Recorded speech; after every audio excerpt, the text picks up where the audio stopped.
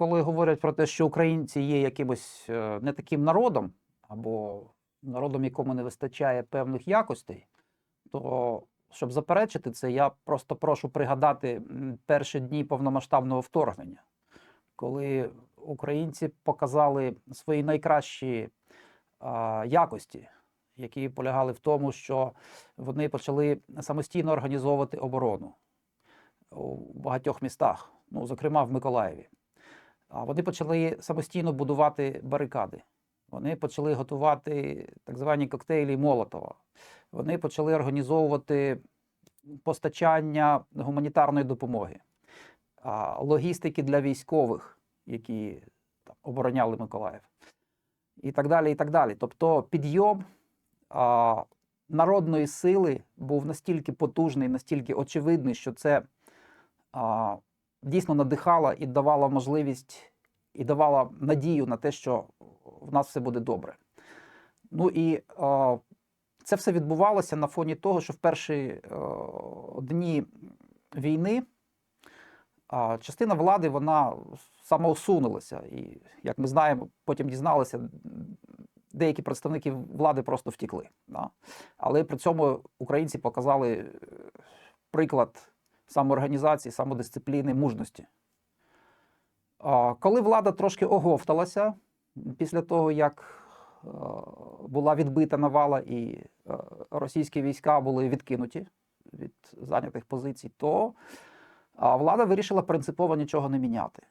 Тобто, насправді у влади було вікно можливостей. Вікно можливостей, яким слід було скористуватися для того, щоб провести, можливо, непопулярні реформи. Суттєво скоротити функціонал, чисельність держапарату. Суттєво урізати бюджетні видатки і спрямувати їх на військові потреби. Але цього зроблено не було.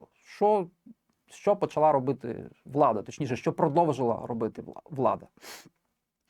Вона ускладнила життя волонтерам, зокрема, тим, що ввела обмеження на карткові перекази. Вона підняла податки для ФОПів. Вона ускладнила регулювання митної діяльності, хоча говорила про спрощення її. Вона не спростила суттєво закупівлі для військових потреб. Ну, хоча, знову ж таки, певні кроки робляться в цьому, але все ж таки це все ще дуже складно. І так далі, і так далі. Тобто влада робить речі абсолютно протилежні здоровому глузду, тому що треба насправді робити для прискорення перемоги. Тобто насильство замість свободи. Тобто нічого принципово не змінилося.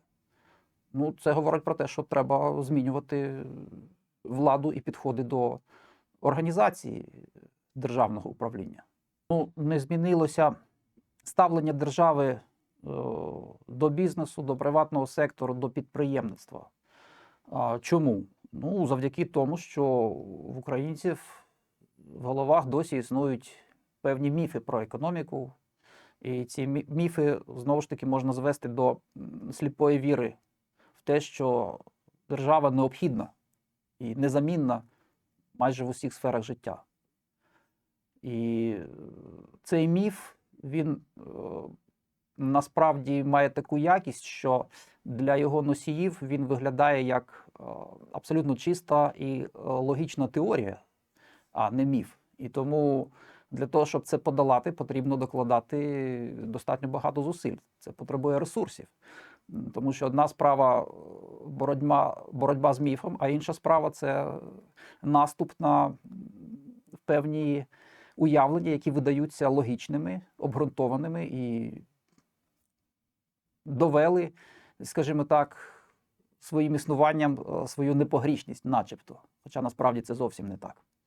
Тому боротьба з міфологією – це дуже важлива справа. І чим тут можна боротися? Ну, по-перше, звертати увагу на певні невідповідності. Да? Тобто, чому ми так багато покладаємося на державу, хоча в усіх сферах, які торкалася держава і продовжує це робити, якими вона начебто опікується, ми бачимо глибинну системну кризу. Ми бачимо кризу в освіті, ми бачимо кризу в охороні здоров'я. Ми бачимо все ж таки слабку спроможність державної системи забезпечення зовнішнього захисту. Тобто, коли ми виявилися за багатьма параметрами не готові до відбиття зовнішньої агресії, хоча за іншої політики все могло бути набагато більш ефективним. І так далі, і так далі. Тобто потрібна здорова аргументація. І українці мають нарешті побачити причинно-наслідковий зв'язок між своїми уявленнями про державу і фактичним рівнем свого життя.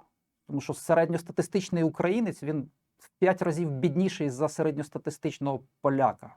І врешті-решт українці мають відкрити очі і зрозуміти, що це є прямим наслідком державного управління, що це є прямим наслідком організації державної влади, обсягу її функціоналу, її чисельності,